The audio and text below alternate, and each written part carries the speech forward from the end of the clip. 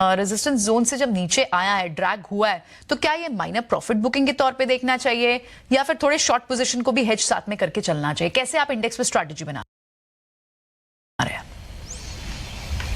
प्रियंका जी, तो देखिए, यस बिल्कुल 21,700 750 पे एक कॉल राइटर्स हमने देखा कि पिछले 3-4 सेशन से वहां पे एक अपनी राइटिंग की पोजीशन बनाते हुए दिखे, जिसके चलते मार्केट ने अटेम्प्ट जरूर करे थे उस लेवल को क्रॉस करने की, लेकिन स्पॉट लेवल की अगर हम बात कर रहे हैं तो वहां पे वो जरूर वहां पे सप्लाई प्रेशर बनते हुए दिखा। आज की जो एक प्रॉफिट टेकिंग देखी हायर साइड से अगेन, लेकिन हम डेटा देखें तो 21,600 21,500 ये दोनों लेवल काफी इंपॉर्टेंट है मार्केट के लिए। अगर हम 21,500 के लेवल को तोड़ते हैं तो जरूर यहाँ से हमें लगता है कि फिर थोड़ा और प्रॉफिट बुकिंग एक्सटेंड होते हुए दिखेगा एंड देन मार्केट थोड़ा और भी नीचे की तरफ जाते हुए दिख सकता है। बट जब तक 21,500 21,600 ये स्पॉट पे जब तक इंटेक्ट है, यहाँ पे अभी भी पुट राइटिंग एक्टिविटी अगर हम देखें तो यहाँ पे पुट राइटर्स का कंसंट्रेशन अभी भी यहाँ पे देखने को मिला, कोई बहुत बड़ा अनवाइंडिंग नहीं बना है। तो एक रेंज बाउंड ट्रेड लगता है, हमें लगता है 21,550 से लेके 21,750 ये दायरे में निफ्टी कुछ समय के लिए ट्रेड करते हुए दिखेगा।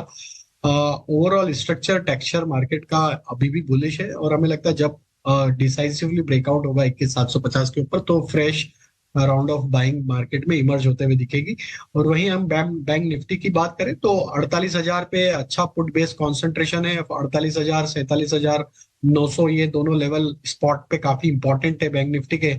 जो मेजर अनवाइंडिंग के ट्रेड बनेंगे बैंक निफ्टी में वो बनेंगे 47,900 के नीचे। अगर वो लेवल टूट जाता है स्पॉट पे, ऑलमोस्ट हम वही ट्रेड कर रहे हैं, अगर वो टूट जाता है तो फिर थोड़ा यहाँ पे प्रेशर बनते हुए दिखेगा बैंकिंग स्पेस में।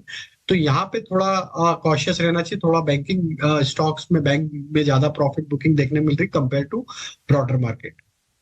जी, आप क्या खरीद रहे हैं सर? आपके 3 शेयर ही है ना आज भी? तो अभिषेक जी बिल्कुल 3 शेयर ही हैं और पहला स्टॉक जो बाय करने में रहेगा वो रहेगा पूना वाला फिनकॉर्प। ये स्टॉक में अगर हम देखें डेली सेटअप पे तो एक कॉन्ट्रैक्टिंग ट्रायंगल का ब्रेकआउट यहाँ पे होते हुए दिखा है। स्टॉक में काफी बड़े कंसोलिडेशन के बाद वापस से इसमें एक रिन्यूड बाइंग एक्शन बनते हुए दिखा। अगर नियर टर्म सेटअप पे देखें तो ऑलमोस्ट 3-4 वीक का एक कंसोलिडेशन रेंज का ब्रेकआउट करते हुए दिख रहा है। जिस तरीके से यहाँ पे ब्रेकआउट हुआ, हमें लगता है पूना वाला फिनकॉर्प को बाय किया जा सकता है। अपसाइड में टारगेट इसके 480 से लेके 485 की तरफ आते हुए दिख सकते हैं। स्टॉप लॉस जो रखना होगा वो करीब होगा 440 के आसपास। दूसरा स्टॉक जो हमें अट्रैक्टिव लग रहा है एट द मोमेंट वो आईटी स्पेस से। स्टॉक मार्केट के टिप्स और दूसरों की कॉल्स और दूसरों के सजेशन से तंग आ चुके हो, अगर नहीं पता चला और उसमें हमें लगता है कि एक कॉन्ट्रा बैट है। हालांकि नंबर्स आने टीसीएस इन्फोसिस के, लेकिन हमें लगता है यहाँ पे एचसीएल टेक को देखा जा सकता है। ओवरऑल इसके स्ट्रक्चर बुलिश है। एक करेक्टिव मूव में ऑलमोस्ट स्टॉक ने 20 डे मूविंग एवरेज के आसपास से सपोर्ट लेके आज वापस से इसमें एक बाइंग इंटरेस्ट बनते हुए दिख रहा है। हमें लगता है कि यहाँ पे जिस तरीके से इसके ओवरऑल स्ट्रक्चर है, कहीं ना कहीं एचसीएल टेक में एक अच्छा मोमेंटम पुल बैक का यहाँ से बनते हुए दिख सकता है। अपसाइड में ये स्टॉक में हमें लग रहा है 1470 1480 की तरफ अप मूव कंटिन्यू होते हुए दिख सकता है। स्टॉप लॉस जो रखना होगा वो होगा करीब 1410 के आसपास।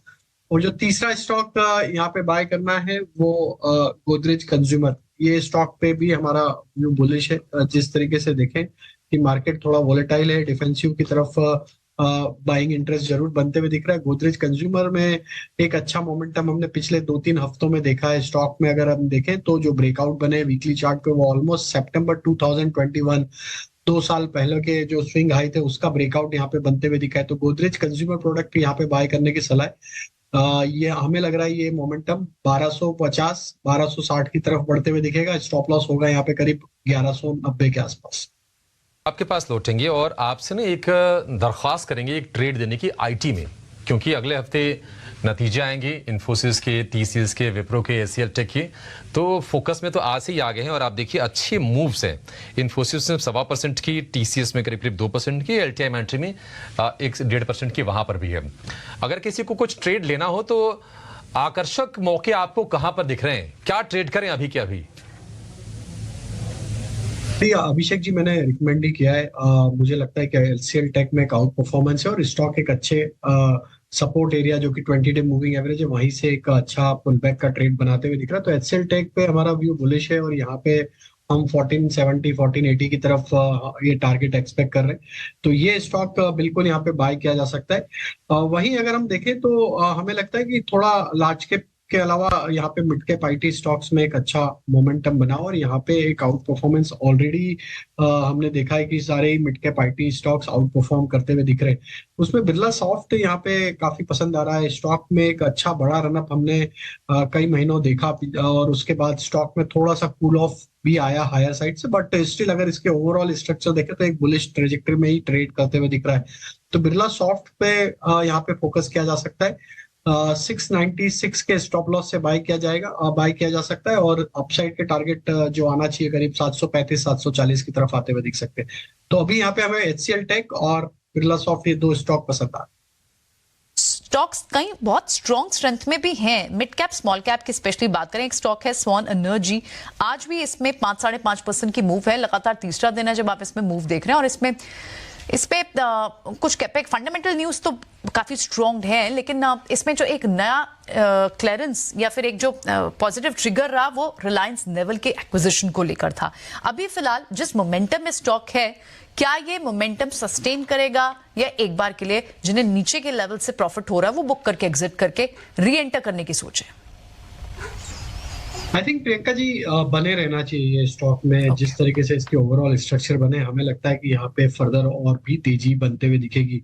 स्टॉक में एक अच्छे रनअप के बाद पिछले 15-20 दिनों में एक साइडवेज कंसोलिडेशन देखने को मिला। फ्रेश ब्रेकआउट यहाँ पे जिस तरीके से बना है, हमें लगता है कि इसके जो नेक्स्ट टारगेट बन सकते हैं नियर टर्म शॉर्ट टर्म के हिसाब से वो 580-600 की तरफ आते हुए दिख सकते हैं। तो स्वान एनर्जी पे हमारा व्यू बुलिश है और जब तक ये स्टॉक 525 रुपए के ऊपर सस्टेन है, यहाँ पे बाय का ट्रेड होल्ड रखना चाहिए। हमें लगता है कि इसमें पोजिशनल बेसिस पे भी एक अच्छा मूव आगे आने वाले महीनों में भी कंटिन्यू होते हुए दिखेगा। ओवरऑल इसके across all time frame structure bullish ही है। तो यहाँ पे बाय ऑन डिप्स की रणनीति है और नियर टर्म के टारगेट हम 570-580 की तरफ एक्सपेक्ट करते हैं। करना है BTST या फिर STBT, क्या उसमें से एक L&T हो सकता है क्या? अभिषेक जी, BTST ही करना है और BTST में जिस तरीके से मार्केट ने लोअर साइड से रिकवरी दी, जो लेवल्स हमने डिस्कस किए थे ओपनिंग में, ऑलमोस्ट वो सपोर्ट मार्केट ने वापस से लिया और पुल बैक बहुत स्ट्रांग बना है। जोमेटो यहाँ पे पहला स्टॉक होगा जिसपे हम BTST करने की सलाह देंगे। स्टॉक में अगर हम देखें तो higher top higher bottom formation यहाँ पे बनते हुए दिख रहे हैं और जिस तरीके से स्टॉक ने वापस अपने प्रीवियस स्विंग हाई का ब्रेकआउट आज किया है, ये स्टॉक में हम एक्सपेक्ट कर रहे हैं target BTST point of view से 145 की तरफ ये स्टॉक बढ़ते हुए दिखेगा। स्टॉप लॉस जो रखना होगा वो होगा करीब 129 के आसपास। आपने जिक्र किया L&T का, यस वहां पे भी स्ट्रक्चर तो बुलिश ही है और स्टॉक अब अपने डे हाई की तरफ ट्रेड करते हुए दिख रहा है। ओवरऑल इसके बुलिश स्ट्रक्चर है। लास्ट 2 दिन से एक साइडवेज कंसोलिडेशन था। अब यहाँ पे जिस तरीके से मोमेंटम बना है, हमें लगता है ये अपने प्रीवियस स्विंग हाई को भी क्रॉस करते हुए दिखेगा। तो BTST पॉइंट ऑफ व्यू से इसके टारगेट हम जो सेट कर रहे हैं वो आना चाहिए करीब 3560 3580 की तरफ। स्टॉप लॉस रखेंगे इसको बाय करने के लिए करीब 3485 के आसपास। और जो तीसरा स्टॉक यहाँ पे बाय करने की सलाह रहेगी वो रहेगी उनो मिंडा।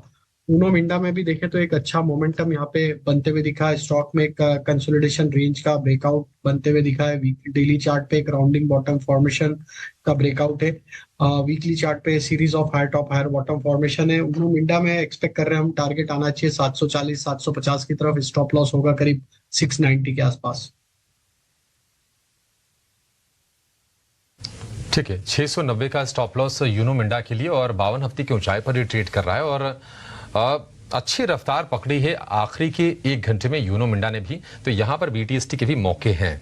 तो जोमेटो, L&T और यूनो मिंडा। केमिकल स्पेस में आज राजेश, क्योंकि क्लियरली उन जो ग्रेन्स से इथेनॉल बना सकते हैं, नॉन शुगर, उन कंपनीज में काफी अच्छा मोमेंटम है। जैसे इंडिया ग्लाइकोल जैसे काउंटर्स, हिमाद्री स्पेशलिटी केमिकल, यहाँ पर भी थोड़ा सा दिख रहा है एक मूवमेंट। ये कल के ट्रेड में, आज के ट्रेड में दोनों दिन बहुत अच्छे चले हैं। क्या ये दोनों भी कैरी फॉरवर्ड ट्रेड दिख रहे हैं? स्ट्रेंथ है, मोमेंटम कैरी कर सकते हैं इन्हें?